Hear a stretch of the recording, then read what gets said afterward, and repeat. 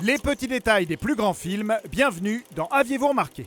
Déguisement favori des enfants et des fabricants de papier toilette, La Momie est aussi l'une des plus vieilles franchises du cinéma d'horreur. 85 ans après le classique de Karl Freund avec Boris Karloff, on a droit à une nouvelle version de la légende remplie de scènes d'action.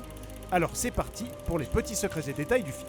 On doit le scénario de La Momie version 2017 à Christopher McQuarrie qui avait déjà dirigé Tom Cruise dans Jack Reacher et Mission Impossible Rogue Nation. Et comme toujours avec Tom Cruise, on a droit à des scènes d'action spectaculaires, comme cette impressionnante scène de crash d'avion en zéro gravité.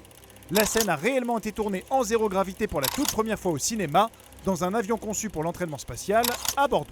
À force de vouloir effectuer ses propres cascades et de jouer des personnages bien plus jeunes que lui, Tom Cruise commence à faire sourire. Et dans une scène face à Russell Crowe, celui-ci parle de Tom Cruise comme d'un plus jeune homme, pourtant c'est bien Tom Cruise qui est âgé de 2 ans de plus que l'acteur néo-zélandais. Et oui. Aux côtés de Tom Cruise, on retrouve Jake Johnson, un vrai jeune cette fois, que l'on connaît pour son rôle de Nick dans New Girl. Nick, qui est ici le prénom du personnage de Tom Cruise. Vous suivez, ça va, c'est bon?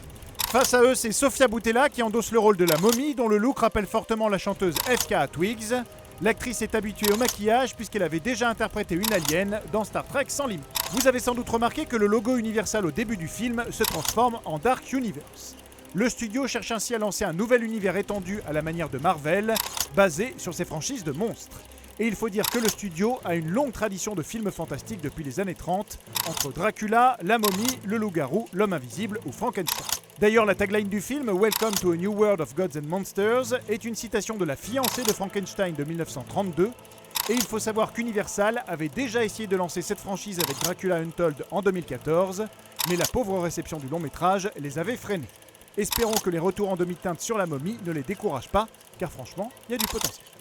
En effet, on découvre dans le film qu'une organisation secrète enquête depuis longtemps sur les manifestations surnaturelles du mal. Une organisation dirigée par un certain Dr Jekyll, interprété par Russell Crowe.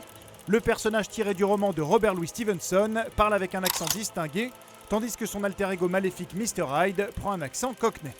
Cette distinction ne vient pas du livre, mais du téléfilm musical de 1973 avec Kirk Douglas, qui a été repris à Broadway. Et justement, avant la bataille finale, Jake dit à Nick « This is the moment », titre de la chanson phare du musical Jekyll and Hyde. Dans le labo du Dr Jekyll, on peut apercevoir un crâne de vampire, clin d'œil à Dracula évidemment, mais aussi au rôle de Tom Cruise dans Entretien avec un vampire, ou encore la main de l'étrange créature du lac noir, un autre film culte de 1954. Quant à la relation amusante entre Nick et son défunt ami Chris, tous deux victimes d'une malédiction, c'est évidemment une référence au Loup-garou de Londres, dans lequel le protagoniste était déjà hanté par le fantôme de son meilleur ami, l'occasion d'avoir quelques échanges comiques. Enfin, nous n'avons pas oublié le film La Momie de 1999, auquel La Momie version 2017 fait un petit clin d'œil lorsque Jenny assomme des gardes avec un gros livre, un bouquin qui n'est autre que le livre d'Amon-Ra de la précédente trilogie. Mais ça, bien sûr, vous l'aviez remarqué.